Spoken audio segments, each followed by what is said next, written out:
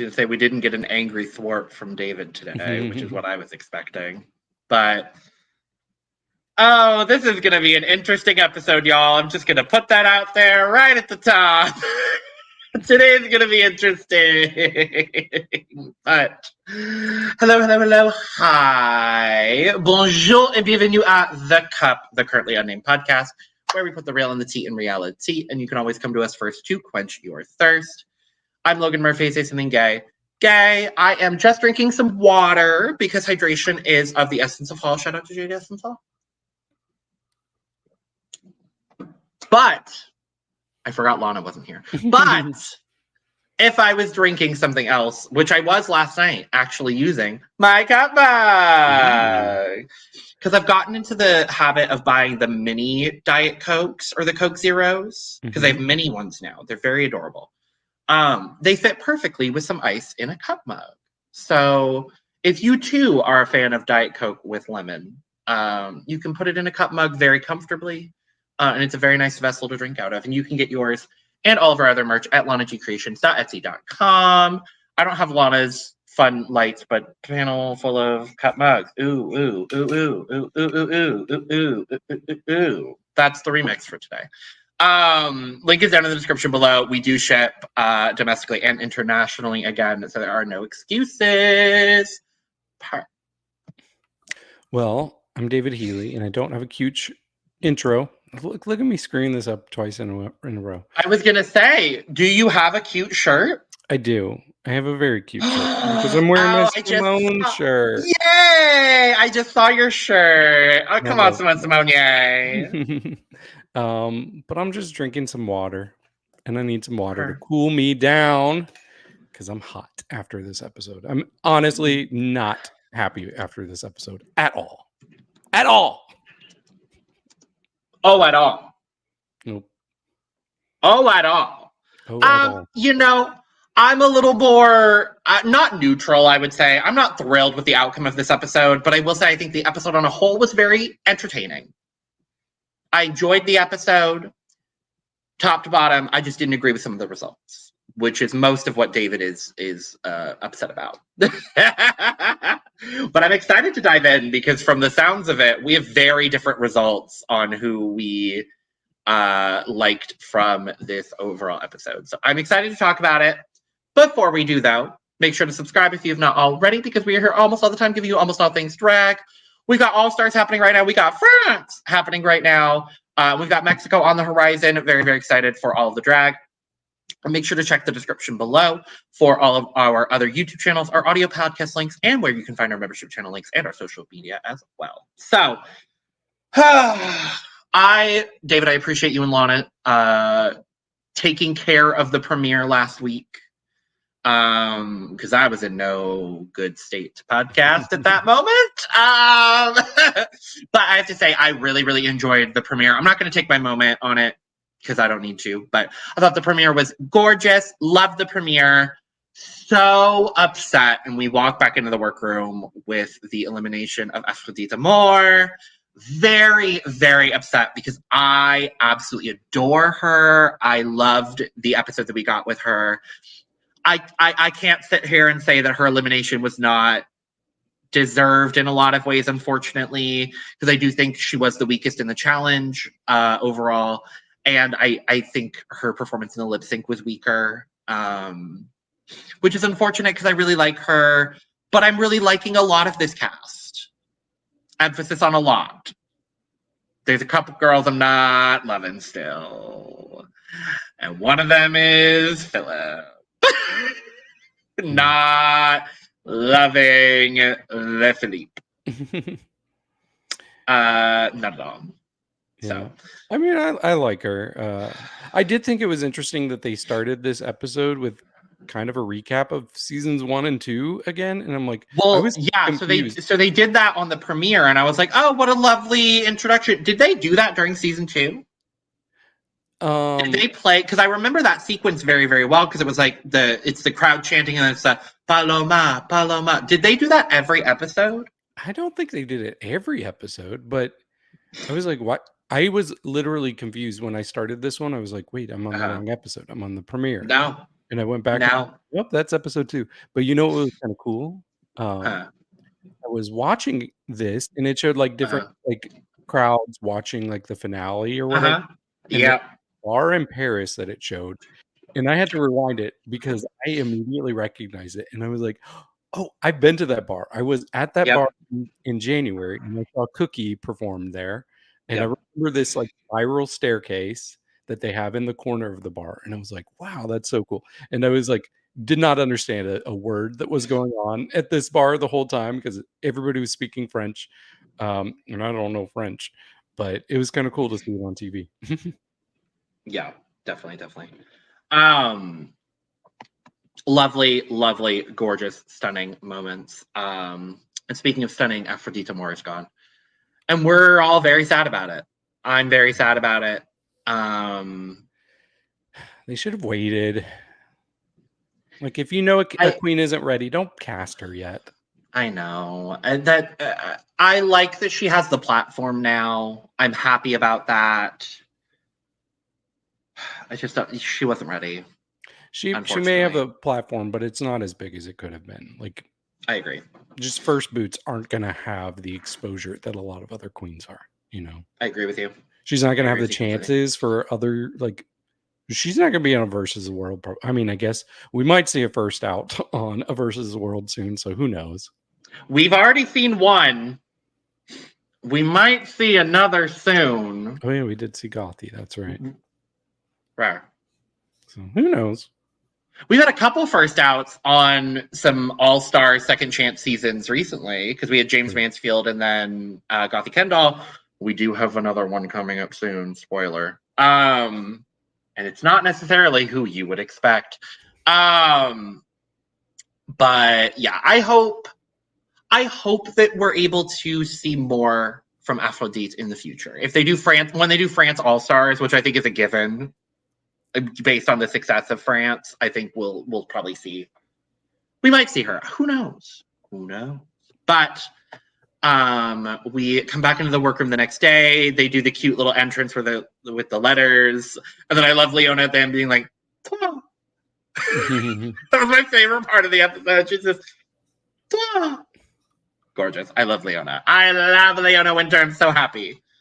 But Nikki comes in, but before Nikki comes in, they show the photo of Norma because she won last week. Thrilled, by the way. I will have it known on this platform. Thrilled. Norma Bell is my moon this year. And so you can only imagine my thoughts this episode. And I got very depressed and I got very anxious for the back third of this episode. I was concerned.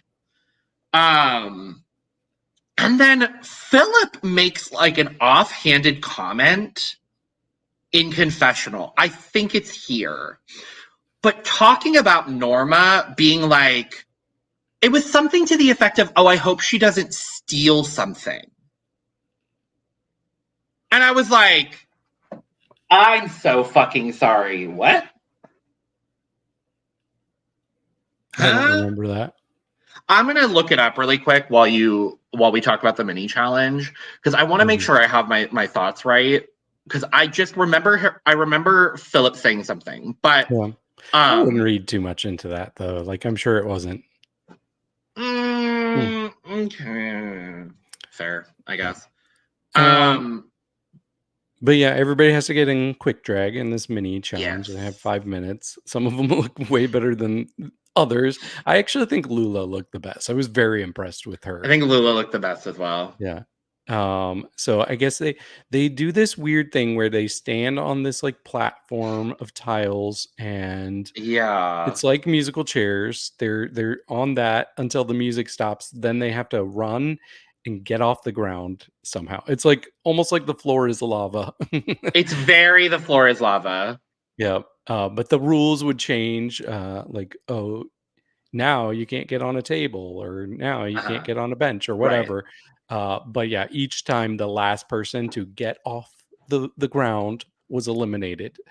And I started clocking it. Like I was watching it and I'm like, oh, I can tell who's going to get eliminated already, just based on where they were standing on the platform. Based on who was in the front of the platform closest to Nikki, absolutely. Who was the furthest away from anything for a while, that person was just consistently getting eliminated. And then when it narrowed down, everybody was a little bit more even. Yeah. So that helped. But yeah, we kept getting people out one by one by one by one. And then the way Misty had no fear and was just straight jumping from a crouched position onto the table, fully like lands on her heels. I was like, that's impressive. That's remarkably impressive. True. I think one of my favorites was Edeha was like, oh, I want to get on this stool. Oh, Perseo's already on the stool. I'm going on top of Perseo. I was like, sure. Hey, I mean, yeah. Side note, I did find the Filip comment that I didn't love. So it's when they're talking about Norma's photo. And Filip says, and this is the English translation of what Filip says. She says, I wouldn't want Norma anywhere near my photo as I'm concerned about the security of my image. I don't like that comment. I don't really understand it. It just sounds like shade to me, though. Like, are you implying it's racist or something? I'm not saying that directly. I'm saying it sounds a bit like that. I'm not saying she is. I'm not saying the comment is. I'm saying I don't like the way that comment was presented. Okay. That's all I'm saying with it. I'm not saying she's anything definitive. I'm just saying I don't love the way that came out and that it was specifically a Black queen she was talking about. I'll say that much. But yeah. But I thought this mini challenge was cute. It comes down to Misty and not Perseo. Was it Perseo? It might have. I think it might have been Perseo. Regardless, Misty wins. Yes. So great, love it. Very thrilled about that fact for my draft. So I'm thrilled for that one. Thank you for my half point, Misty. What does she win? A slow dance with Nikki. I had to think about that for a second. I was like, what did she win? Yeah. An awkward teen dance, slow dance with Nikki Doll. And I love Misty in this moment just being like, I don't know what to do. I've never been this close to Nikki before. I'm terrified. I'm like, honestly, same girl. Like, I would be terrified. I would be absolutely terrified. But Misty wins. Good for her. Yeah. So. Yeah, and I will say, I was not a fan of Misty in the first episode. I don't think she was nearly as bad this episode. In fact, I liked some things she did this episode, and we'll get into it. But yeah, I just wanted to put that out there. She's not as bad as I thought. She's not as bad as I thought. I still, the jury for me is still out on Misty. Mm-hmm. There's a couple of the girls that I'm really, really loving. Most of this cast for me kind of right now falls into this very middle ground where like 2 episodes in, I'm still like, I don't necessarily know exactly how I feel about you. Because I will say I am loving Norma, loving Leona, but I figured I would. Loving Perseo. Loving Magnetica. I'm really enjoying Edeha as well. I think she's very funny. I think her confessionals are very funny. Misty, I'm kind of in the middle on. Who else is there? Who else even is there? Filip, I'm like, whatever. Ruby, I'm like, whatever. A little bit. I really like Ruby. I like Ruby. I liked her more after the lip sync. We'll talk about it. But for this week's Maxi Challenge, the queens get to do whatever they want because it's a talent show. I wish this was episode 1. Actually, I don't wish this was episode 1, given the result. True. I will say, so I remember in the preview for this episode last week, there was a shot of Nikki going and like looking down. Yep. And so when I found out this was a talent show, I was watching this with my friend Ashley. I have a friend Ashley, in case you didn't know. What? Yep.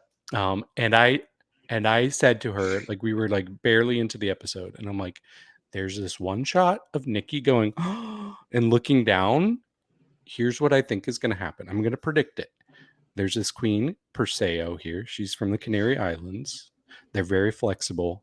I think during her talent show, or maybe during a lip sync, she's going to jump off the stage and do the splits on the ground.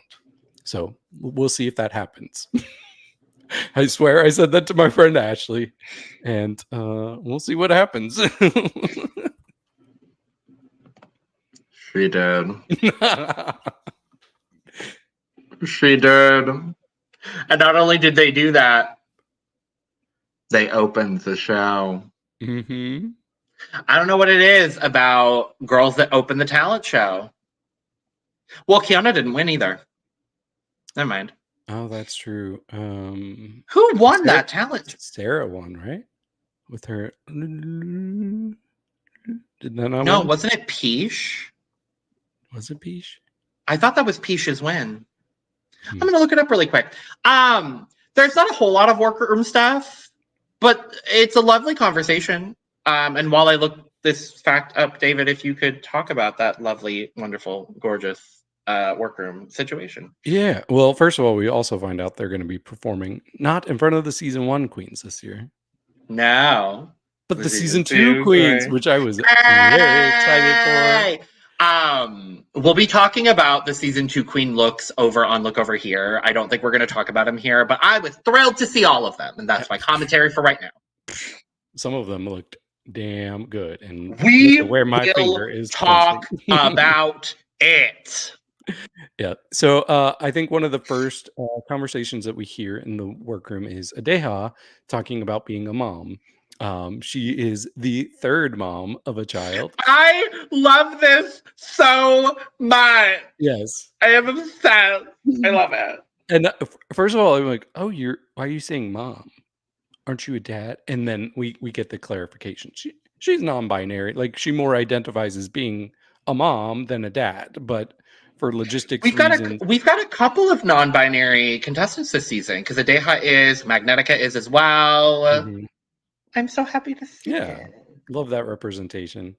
But yeah, she talks about deciding to have a child with a lesbian couple that she knows, and people are like, oh, was it surrogacy? Like, were you sperm donor? And this is where I learned surrogacy is apparently illegal in France. I also learned this here, and I was like, what do you mean? Why? That's kind of insane. Exactly. In France, it's progressive. Not that progressive. I mean, more progressive than other places, but well, do you remember the conversations that they had on season 1? I remember Le Grand Dame talking about how France, like, on the outside, France looks very progressive, but on the inside, especially in some regions, it's very, very conservative. True. That's true. So, but yeah, she had a child the old-fashioned way with one of these women, and did not claim the child as her own. That way, the other mom could adopt her. And I'm like, this is such a touching story. Like, I already liked Edeha, and this made me really like Edeha. And I really, really like her. I hope she speaks English, because I would love to have Edeha on this podcast. I think she does. Yeah. Well, hopefully. I would love that. I want to interview her. I want to talk to her about life, and especially because we talked so much shit about her preseason, and I still really feel bad about it. I know. Wasn't there. I didn't say anything super negative. It was, I'm gonna blame Chloe. It's Chloe Clark. I blame Chloe. No, I blame Chloe. Honestly, I listened to it, and none of you all were that harsh. Like, sure, compared to others, maybe, but like 60s are not that bad of scores for us. I stand by what I said. I'm not in love with her promo look, but I am in love with her now. Yeah. So I'm really, really enjoying her. For sure. And then we talk about Magnetica learning that her father that she's grown up with, she found out recently that he is not her biological father. And I guess her mother was pregnant with her when she met her dad. And she was like, this made me closer to him, like knowing that he chose me. And I thought this was such a touching story because somebody could easily take this and like find a way to feel like betrayed. Like, honestly, it would make sense to feel a little betrayed if what you thought growing up wasn't the truth. But she chose to have a perspective, like see the beauty in it. And I really appreciated that from her. I love Magnetica as well. And you will hear about it a lot this episode. Love her. I'm so sad. But yeah, I'm also truly just España versus the world. Call her. Please. And I didn't catch all of the next conversation. I know Norma was talking about wanting to be a parent, and she got quite emotional. Yeah, so Norma talks about how on the Reunion Island is where she's from. Yes, that's where Vilda is from too. Oh, shut up! Really? Or at least her mom, I know, lives in Werk. She's been there a lot. But I love that. She didn't know Norma before. Oh, okay. But yeah, she talks about how in La Reunion, family is kind of everything. And so like you grow up with the idea of like, oh, you're gonna get married and have a child.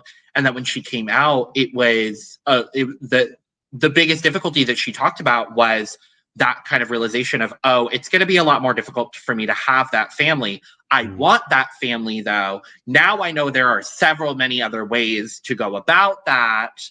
And I love that conversation for her as well. I just love Norma Bell. I really, really, honestly, like she is my moon this season. Okay, put a bell in your name. You know what? I might. Okay. Usually there's a teacup. I forgot to put it in. Fair. And I don't know how long it's been since I haven't had it. But you know what? I might. But yeah, I thought that was a gorgeous conversation. And there's one other point, and I don't remember what it is. Oh no. The one I wanted to talk about, like that I thought was adorable, was Perseo talking about. Yes. Oh yes, thank you. Yeah, she went to her first drag show when she was 6. At 6. Yeah, her parents took her to her first drag show at 6, and she immediately like connected with queens. She said I want to make sure I'm getting this right. She said that she met her drag mother at this show. Yes. Right? Yeah. And she started like wearing those platforms at a very young age. If she was on a RuPaul judge season, RuPaul would say, you are born to do drag. Like that's what it feels like to me. Yeah, that's at least what I got from the conversation as well. I thought it was lovely. I was like, And she said she never had to come out to her parents. They just always kind of knew. I think Misty was the other one that talked about that as well, being like, I never had to come out. It was, she started going to like the Moulin Rouge at a very young age. And so she would do, not like pantos, but like that, the equivalent of that in France, it seems like, with her parents, which I thought this was a lovely, wonderful, and touching conversations. And I'm like, I appreciate when Drag Race highlights, the trials and tribulations that queer people go through around the world. But I also just as equally love when we highlight, the very, very positive things that happen in the families of queer people, because that's not always the case. So I really appreciate when they show us, the positivity that can be for queer people. Yep. In their youth experience. Yeah, we definitely had a lot of positivity here, and I'm glad because I'm going to be getting negative pretty soon. Oh no. Well, I guess it's time.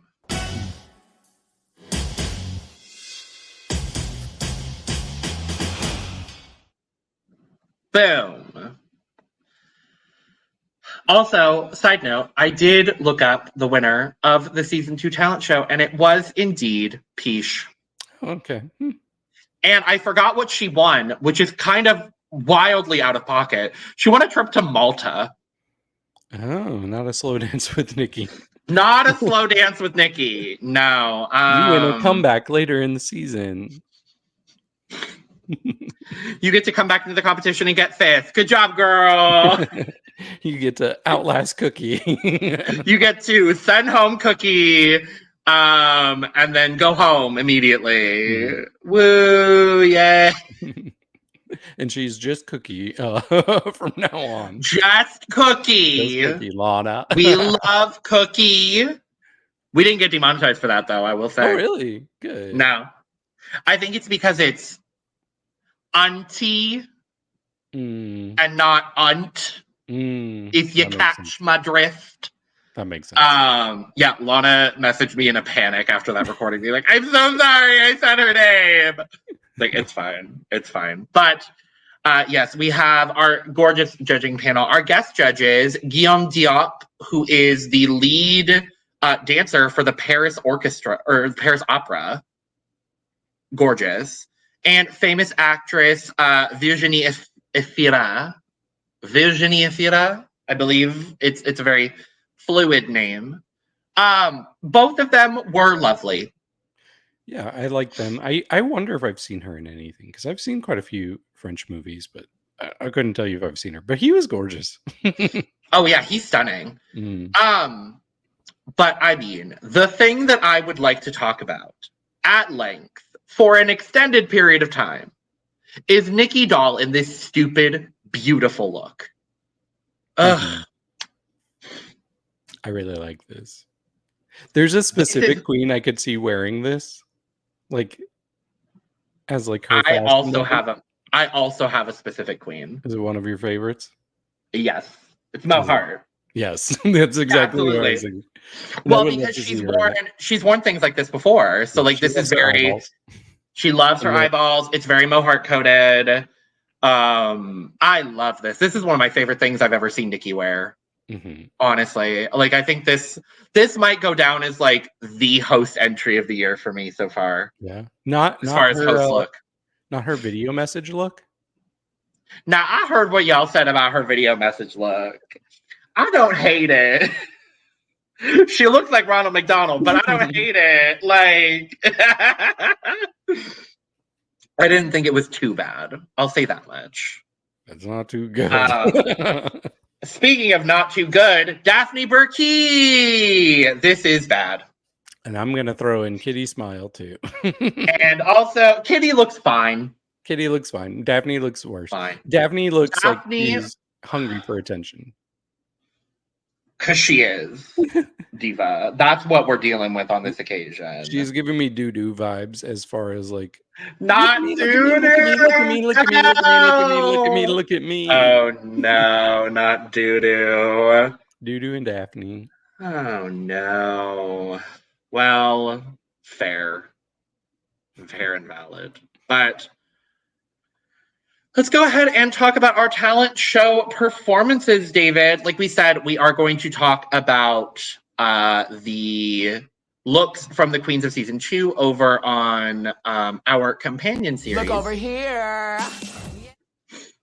So make sure to check that out, where we'll be talking about those looks as well as an in-depth look at the runway looks. But for this recap, we are mostly going to be talking about our talent show. So overall, I will say I thought the talent show was strong.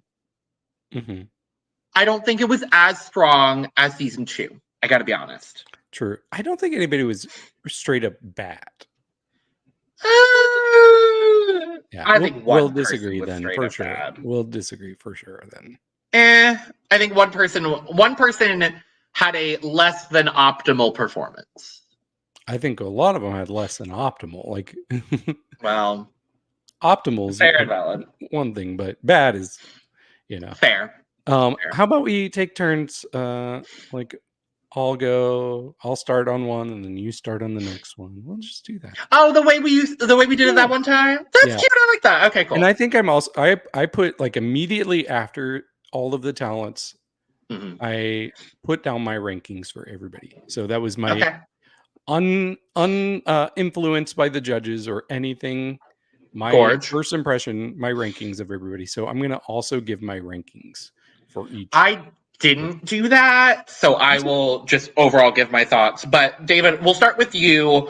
We opened the show with Perseo. Yeah, I really like this. This was exactly what I would expect from a Canary Island queen. It's very canary coded. Yeah, I'm not mad at it. For that reason, I don't think I was like blown away because it was like a little on the nose for what I expected, but I still thought it was really good. It was an original song. Her dancing was pretty good, not the best we've seen from somebody from the Canary Islands, but I thought she looked good.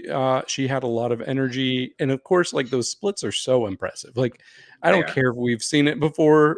Like every time it's like, we have how. So yeah, I mean the stripping was going on too, and we love a good strip show. But yeah, immediately I was like, oh, I called it. I called it that you were going to be the one doing the splits off the stage. So that shows you how kind of predictable this was. But still, I still liked it a lot. And I put it at number 4 out of 9. Okay. So it wasn't in my top, but close. I'm going to try to rank them as well while we do this. Okay. Because I know what my number 1 is. Okay.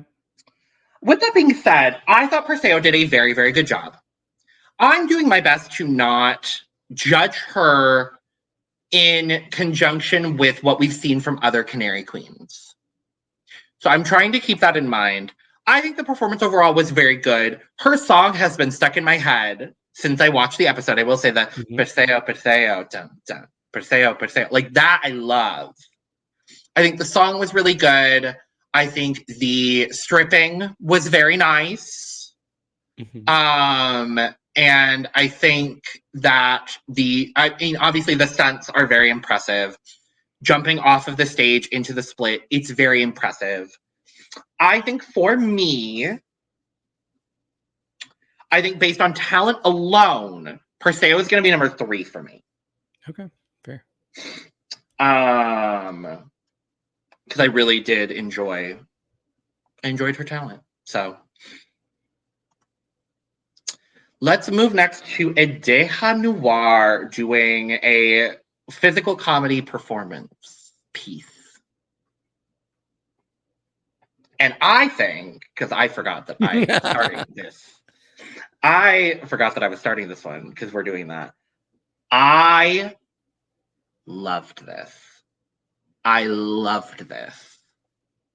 This, for me, and I will say this actually about both comedy routines that we saw tonight. We'll talk about the Filip later. And I know this is probably not something David will 100% agree with. But I thought between Edeha and Le Filip, this is the first time that I was like, this is how you do successful comedy routines on a talent show on Drag Race. I was very impressed with Edeha here. And I was wanting to see something like this from her because she said she leaned into the theatrical and that was her vibe. And that's exactly what we got from her. For me, she was my number 4. I really, really enjoyed.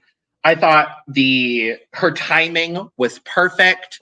All of the theatricality in her face alone was incredible. And then the way that the backing track was she was reacting to the backing track. And when it was like, don't speak, and then she lip synced the words to nothing. Like her timing is so good. I really, really enjoyed this. And I thought there could have been a universe where Edeha was in the top 3 this week. And she might be in my top 3 based on runway and performance. I gotta be honest. I really, really enjoyed what she did. Okay. Yeah, I actually liked what she did too. Like I said, I thought everybody was good. Nobody was bad. For me, I thought she had a very clever idea to do this for a talent show. Like nobody would think to do this. I did wonder, is this a little too clever for the Drag Race stage? But it actually kind of reminded me of one of my favorite mini challenges from Drag Race proper in the United States. It reminded me of a mini challenge where people had a chocolate bar and they had to season 10 and RuPaul was like just kind of giving a voiceover and they had to like kind of go along with what they were doing. An Irish jig girl. Yeah. It's so decadent. It's so decadent. Delicious. I don't faster. faster. Yeah. So it gave me those vibes, and I enjoyed that. I especially enjoyed like being reminded of that, and this would have fit in very well with that. So I did like it. My problem is I liked everybody to varying degrees. So I actually have her as number 7. So I probably would have had her low safe. But she wasn't bad. Nar, David. Nar. I get it. Our lists, I can tell, are going to be wildly different. Mm-hmm. But let's hear what you thought about Miss Lula Strega. Yeah, so Lula Strega, who I have said is probably my moon of the season, because there's something about her that I'm really connecting with her as a person, and I'm hoping for good things. As far as this goes, she did a lip sync performance, and it was a very slow number, and she was plucking the petals off of her flower throughout the song. Mm-hmm. And I like the thought behind it. I like it's very lyrical, interpretive, all of that. But it was a lot of just plucking flowers off on the beat. And I kept hoping it was going to go somewhere else. And I guess the big thing was when she started to pluck and it didn't pluck. And then she plucks it on the final little. But I don't know. It was a little sleepy for me, a little too cerebral, I think. So I don't think it fully worked for this talent show. It didn't grab my attention. I respect her. I'm still rooting for her. This was probably number 8 out of 9 for me.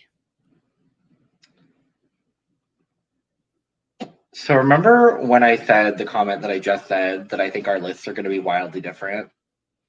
Mm-hmm. I also had this at number 8. Oh, okay. Okay. I really like Lula. I really like Lula. I will give her praise later because she will deserve the praise. I was so remarkably bored. This bored me.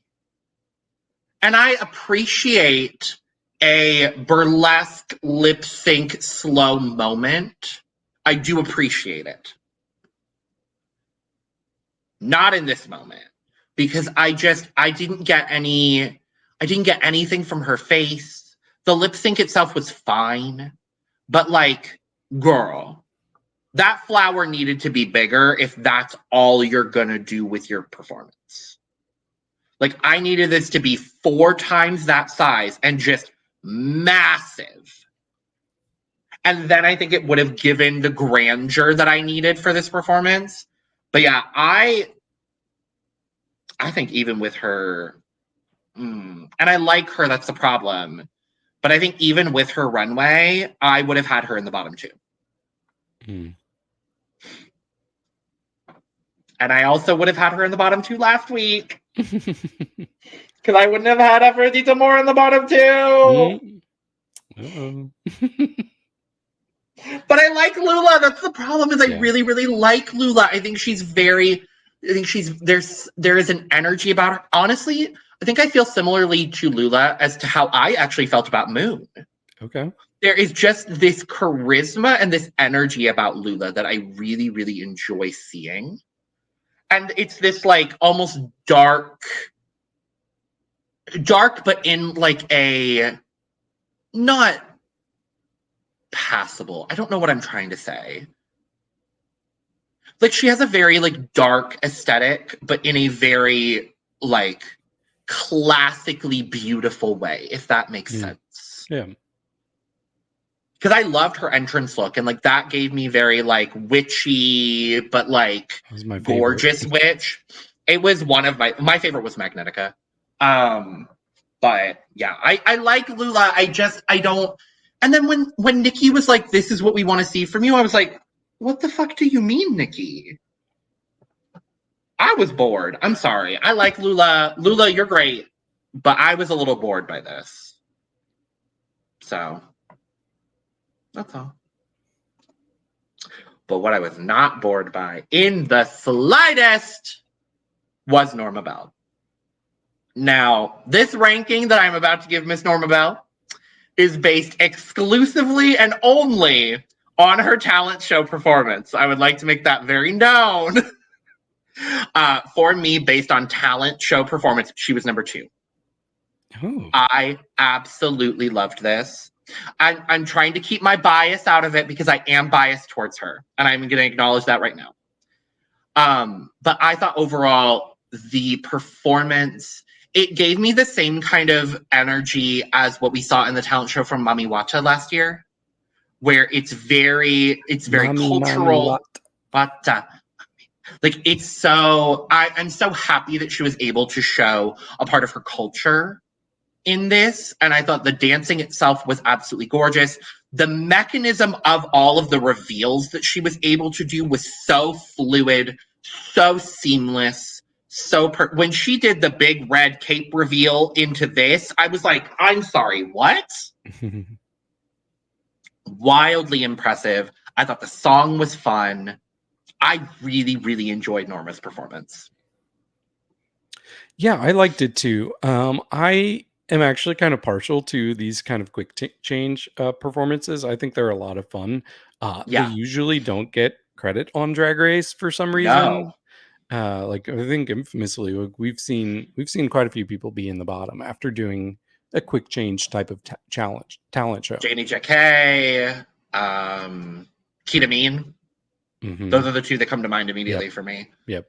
But I always think of Ivy Winters doing it at a drag show I went to like 10 years ago. Oh, word. I'm so sorry. So good. Who was that again? Ivy Winters. Yep. Thank you. But yeah, so I actually did enjoy this quite a bit. My only thing was her vocals in the song were not good. not good at all. I just didn't like the actual like audio part of the track. But I thought her energy was there. Well, she doesn't have she doesn't have the highest singing voice. True, and she clearly didn't have the production she had last week that helped her out. The production team. But overall, I thought this was very good and very in the middle for me. I had her at number 5. Okay. Oh, okay. Interesting. Oh, sweet darling angel Ruby on the nail. David. Oh yeah, this is my turn. It sure is. We are going to keep forgetting to do it. This might be one of the ones where we disagree the most, because I have a feeling this is your least favorite of the night. What would make you think that, David? I don't know. What could it be? But I actually thought there was a lot of talent behind this. First off, she came out and she gave me the humor I wanted. And that's what I was expecting for her. I think the most disappointing thing here was that she didn't lean into a more humorous talent. She played the piano, and I thought she actually, for the most part, played really well. There were some notes that she was not hitting quite right. Several. I think having the confessionals of people constantly reminding you that there was false notes helped amplify that when it might not have been as noticeable. I don't think she recovered as well as she could have either. She talked about wanting to lean into the humor and wincing and whatever, and really she barely did that. But overall, I still think that she's quite talented with piano, and it just probably wasn't her night. So I put her at number 6. So I do unfortunately have her at number 9 in my ranking. And it's mostly because, so I know that piece. I've played that piece before. So I feel like I have a bit more of an insight into specifically how many notes were off. And Logan's more qualified than me to judge this, is what they're saying. Thanks. Objectively speaking, yes. Objectively speaking, mind you, I haven't played a piano in years at this point, but there were it was a good amount of wrong notes. And for me, what puts it at number 9 is the fact that she wasn't able to recover and she wasn't able to lean into the comedy in the way that I really would have liked, because I absolutely agree with you. I think she started very, very strong. I loved the adjusting the boobs, the big the cape reveal. when she was walking out, I loved that. Absolutely enjoyed that. I just don't think she was able to turn it into anything more than a piano performance with a couple of bum notes, unfortunately. Mm-hmm. And for me, on a talent show where I thought overall a lot of people did very, very well, for me, that's going to bring it to number 9, unfortunately. Yeah. I just like kind of raw talent type of performances for talent shows. Valid, absolutely valid. So I get that for sure.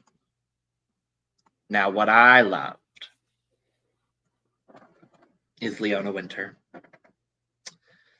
Now, was anybody surprised that for the talent show, Leona Winters came out and sang? No, no one is surprised. I wouldn't have expected her to do anything else. She was my favorite talent performance, based solely off of the fact that I think she showed the most talent. Like, that's really what it is.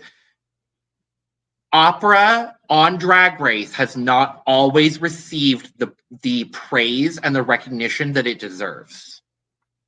And we've started to see that, but not always. Monet, and it's Sapphira. So if you would let me make my point, David Healy, my point was that over the last couple of years, opera has been acknowledged and appreciated the way that it should be on Drag Race. So if you let me make my damn yeah.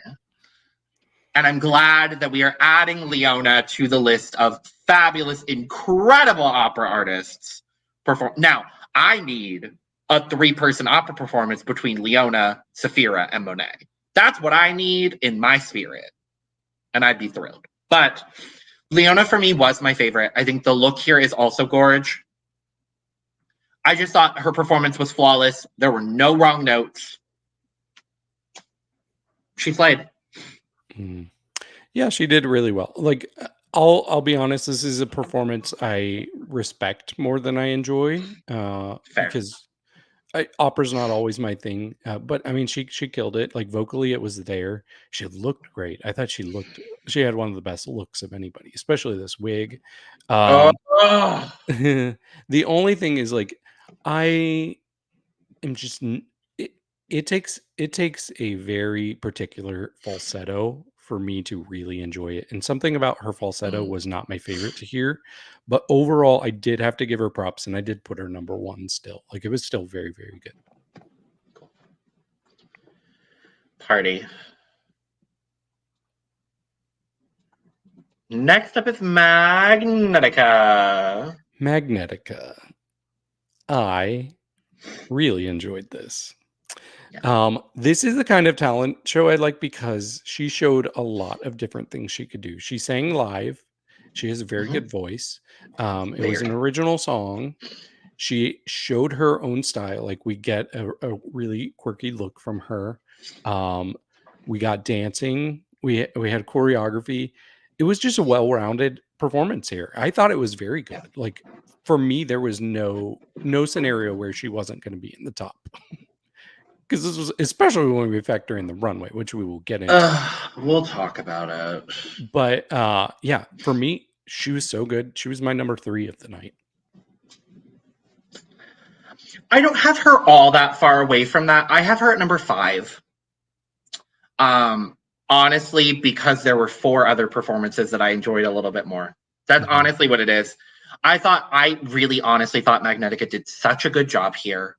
What drops it a little bit for me amongst the performances that I did really, really enjoy was the fact that the overall vibe of the performance was a little bit more low-key.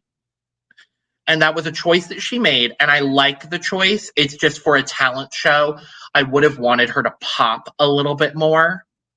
Also, the fact that the judges seemingly put her in the bottom because one of her dancers slipped is kind of bullshit to me. And I'll just go ahead and say that right now. I don't think it's fair, personally. But I had her at number 5. I think the live vocal was very good. It's so shady for them to put her right after Leona, too. Like, they really could have put Misty or Filip in between. But she also wasn't aided by the fact that she had to go right after Leona, who did absolutely slay. So for me, number 5, but a very, very strong number 5 on the night. So now here's where things might get a little bit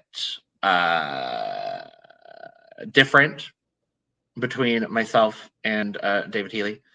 Because you had Ruby at 6, right? I had Ruby at 6, yes. And I had her at 9. Mm-hmm. I'm pretty sure you've got Filip at 9. I've got Filip at 6, which I think is very fun. Filip has a very, very, very, very dry sense of humor. This wasn't my favorite performance on the night. I did find her entertaining to listen to. I thought she had a lot of good jokes. The dig at Daphne was my absolute favorite thing of the night from her. This piece of fabric wrapped around her body is absolutely atrocious. I hate this garment. I don't think she looks good. And on her, the only real critique that I had on her comedic timing was I thought she didn't let her jokes stand long enough to actually get a reaction. She kind of just sped through the whole performance. And part of that, I think, is she wanted to cram a lot of comedy into a very short period of time that she had. And I do understand that. But for comedic timing, I would have liked if she let some of her jokes breathe a little bit. So that way, like, Nikki was literally laughing out loud at one of her jokes. And then she asked Nikki a question. And Nikki didn't have enough time to, like, recover and get back into a full headspace to actually, like, respond the way that she probably would have. So for me, I had Filip at number 6. It wasn't a bad performance for me personally. But there were some things that could have been improved. Mm-hmm. Yeah, for me, I will go ahead and say I did have her at number 9. She was pretty solidly my least favorite of the night.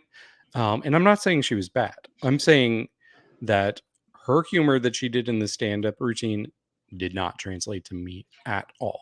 At all. Not even close. Like, if I like read it as a transcript, I would be like, okay, she's giving a speech. I would not know it was comedy at all. It didn't read that way. Even her delivery for me, I thought was pretty monotone.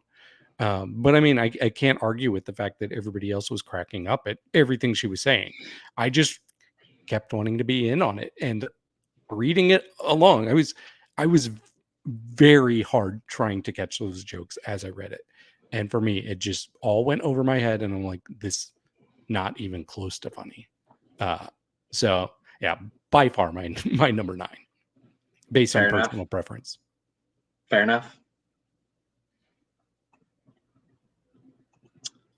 This might be the other one we disagree on a little bit. It's Misty Phoenix. Mm-hmm. So Misty's not my favorite. I talked about that, but I was actually really impressed with her here. She was nervous about doing ballet in front of famous ballet artists, I guess. But I thought she did really well with that first half. But what I really liked is that she switched it up and gave us a completely different dance style. She did a quick change as well, and she gave energy. She showed me range in the type of dance she can do. And honestly, there were parts of her like second, more like modern dance that she was doing that like I was like, okay, I want to see you lip sync against Near Enough, which is a big compliment for me because I love Near Enough. I think she would lose, but still, I was very impressed with her. Like this was just the way to do dance for me, is to show different facets of what you can do. She was my number 2 of the night. And not only that, my friend that was watching with me too, she also had Misty and Magnetica is her top 2. I had Leona up there. I think Leona was 3rd for her, but both of us really liked all 3 of them.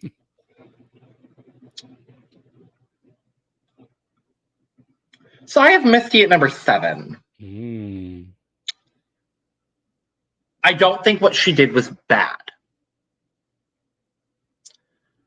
I also have to preface by saying that I have a dance background. So I'm not trying to say that I'm more qualified than David here, but objectively speaking, like I was a dancer for a while. her technique on her ballet was not great.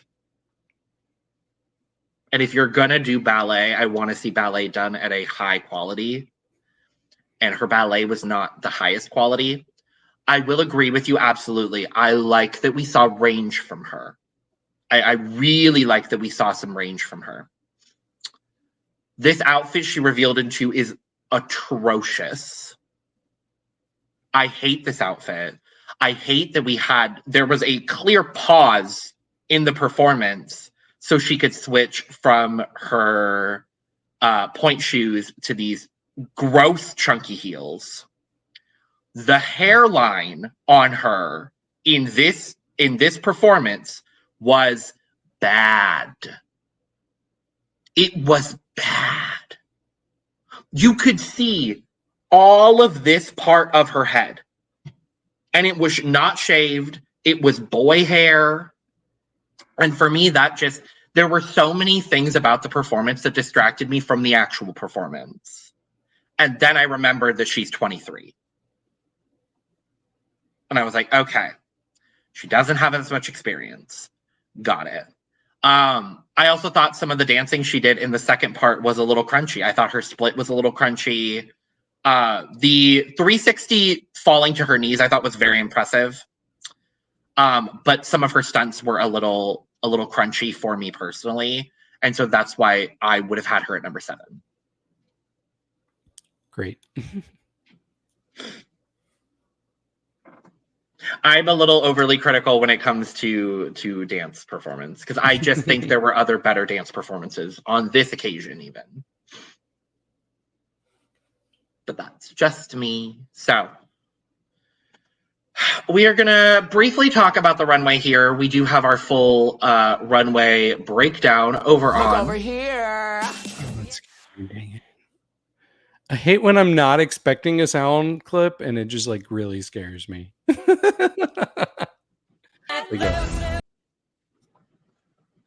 Let's let loose. I don't know. You're not wearing the no, you don't have to. The category is Couture Vivante or living. Thanks. I didn't know what else to do, so I went for a mechanical theme. And it's time to play a word/phrase association with this runway. Ooh. So, first up, Misty Phoenix. Ooh. Stunning gold leaf.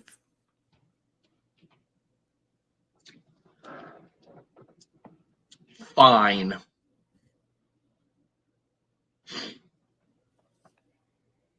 That is my word. Okay. On this occasion. Lula Strega. Pure fashion. Auntie Moth. I'm not saying the other word, I promise. YouTube. Le Filip. A little basic. But still pretty polished. Yeah, that's what I'll go with. Ruby on the nail. Oh, cool effect. Pretty well done. I ain't mad. Perseo. Good, but incomplete. Girl, put some damn clothes on so I don't have to censor you every damn episode. God damn. She's frustrating me. Magnetica. Blown away. Best look of the night. Best look of the night. And I'm going to couple that with pissed. Edeha Noire.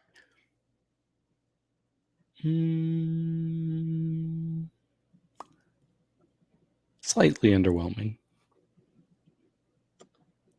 I love this.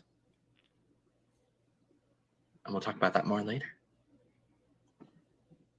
Leona Winter. Basic. Slightly underwhelming. And last up, Norma Bell. No. No!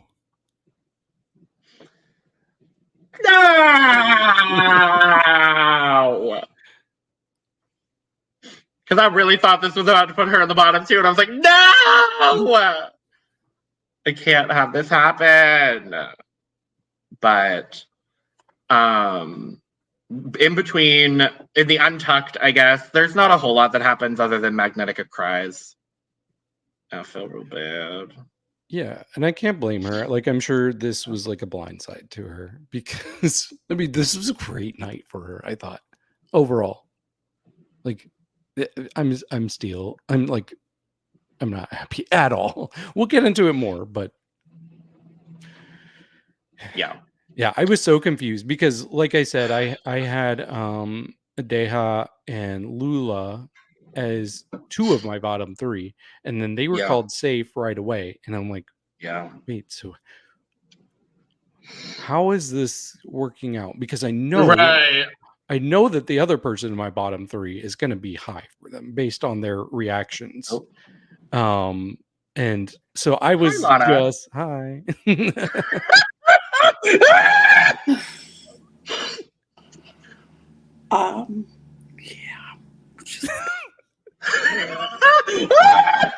Stay tuned for Look Over Here, and you might see Lana.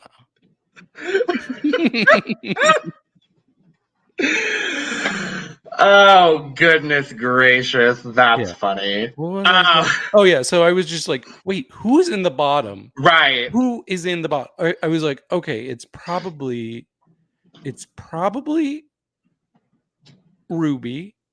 Oh, no. Is it going to be Norma? That's what I thought. Who is the third bottom? Because everybody else was good. Who's the third bottom? Misty. It wasn't even just Misty. It was Misty and Magnetica. I know. I do not like this judging at all, this episode. At all. No. Some of the worst judging I've ever seen. Yeah. Okay. But let's talk about the results that we did unfortunately get. So we have a top three of Perseo, Filip, and Leona, of which I will say, based on runway and performance, I think I would agree with Perseo and Leona. And based on my rankings, I guess I would put Edeha. Either Edeha or Magnetica would have been in my top. Yeah. I'll say so. So I thought Leona was the best talent, but I really liked Misty and Magnetica in the talent show, and I think their runways both solidified that Misty and Magnetica should have been in the top three, not in the bottom. All right. Well, that's not what happened, unfortunately. We end up with Perseo taking the win. I'm not upset about this because I like Perseo and I liked her performance and I liked her runway. And I think, honestly, what gave Perseo the win was the runway over Leona. I got to be honest. Maybe. I'm not mad either because, honestly, like I'm holding on by a Perseo and a prayer. You are holding on by a Perseo and a prayer. Yeah.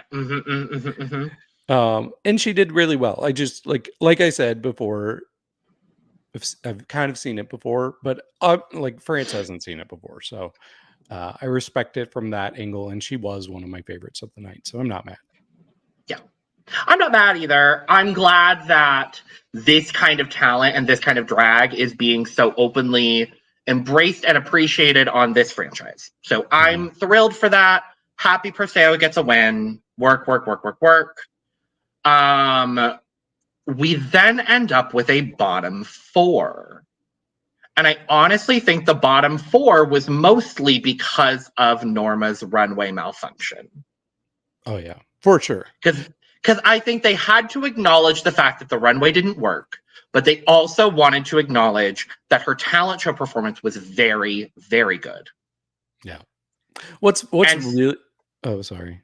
No, go ahead. What's really funny about this bottom 4 is last week I was like, oh, there's one girl I don't like. It's Misty. But I have my top 3. I know who my 3 favorites are. And those are Magnetica, Norma, and Ruby. So they said, and F 2 you, of David. my favorites were Norma and Magnetica. So I was thankful that Norma was called safe first. Yeah. Because I think based on the balance of everything, that was deserved. Why are we going to use Runway against somebody and put them in the bottom, but we can't use Runway for somebody and keep them out of the bottom too, like Magnetica? What the hell? What the hell? I don't know. I'm confused by this judging. France likes to send people home with incredible runways. I remember I'm going to talk about how for a 3rd season in a row, I am thoroughly emo over the second boot on Drag Race France. 3 seasons in a row. I am mad. But we get our bottom 2, for some reason, is Ruby and Magnetica. And they both said, baby, if I'm going home, I'm going to show out in this lip sync to Gigi L'Amoroso by Dalida. This lip sync was incredible. It's the closest thing we've gotten to a spoken word lip sync since the only spoken word lip sync we've gotten so far. This should have been a double save. This really should have been a double save. I was so frustrated by that because I really but I thought they both did absolutely incredible. Yeah. I think this is going to be a lip sync to watch out for on our end of the year list. I absolutely believe in my heart of hearts that this will be on my end of year list. I just think with this type of performance, especially, it is so difficult if you have really extravagant face paint to show all of the emotion behind the song. So I think it was a huge uphill battle for Magnetica, unfortunately. And that kind of held her back, but she still was incredible. For me, it was Ruby that won. And I hate this because Magnetica is my favorite. Honestly, she's my favorite. But man, I was praying for a double Shantae, praying, because absolutely they both should have stayed. I'm so annoyed.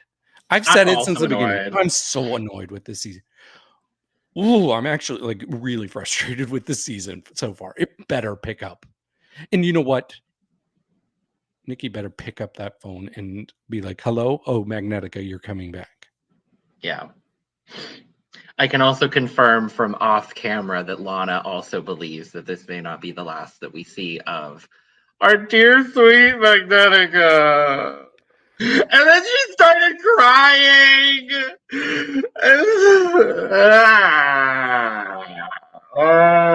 She was just so refreshing. She was refreshing amongst this cast, and so refreshing. It just feels like they're saying, no, we want to go for bland. We want to go for sane.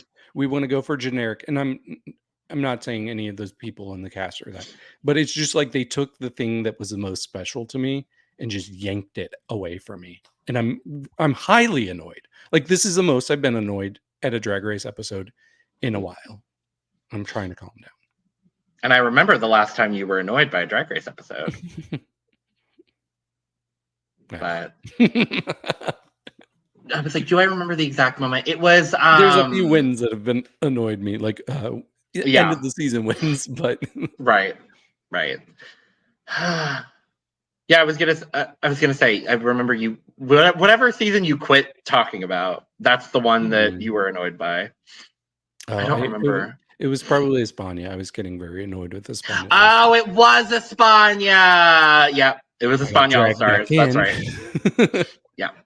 And you know what? My favorite left in the second episode on that season too. And it was the unusual person, Onyx. So But I will say 3 seasons in a row, I am really depressed by the second boot because I love Lova La Diva and I love Vespi, and now I'm depressed over Magnetica leaving second. And like, I don't like, I can respect the other two, but they're not in the same universe for me as Magnetica. But Magnetica is absolutely my kind of queen. So yeah.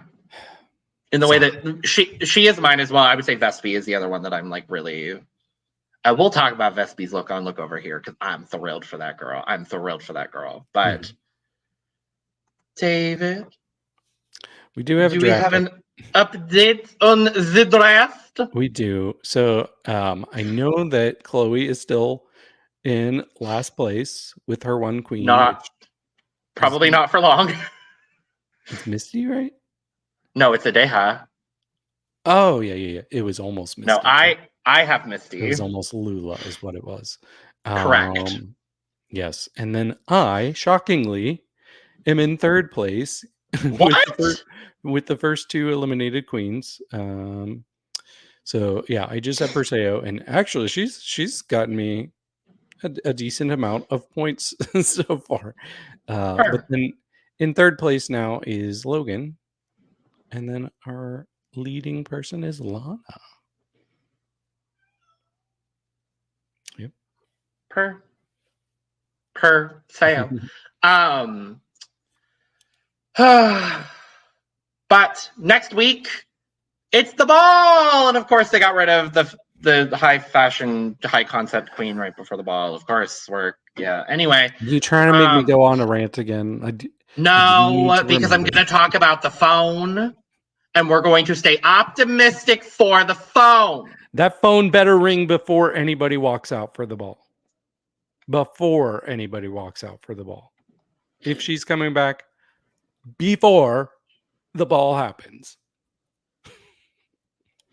Before. Because you'll win it. Yes. And on that note, we're going to get out of here. So thank you so much for joining us for a highly emotional episode of our Drag Race France recap. But in the best way. I love you, David. Make sure to subscribe, like, and share on the way out. Let us know all your thoughts down in the comments below. Are you just as mad as David? Are you mad at David? I don't know. You might be. Don't be mad at David. We love David. Let us know all your thoughts down in the description below. Make sure to check out our Look Over Here episode when we drop it a day after this episode goes live, where we will dive into the looks of this episode as well as the looks from the eliminated queens, from the queens of season 2 of Drag Race France.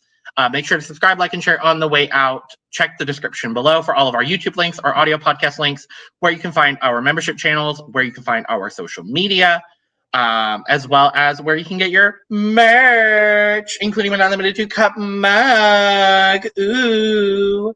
And with that being said, we're going to get out of here. Cheers. Cheers.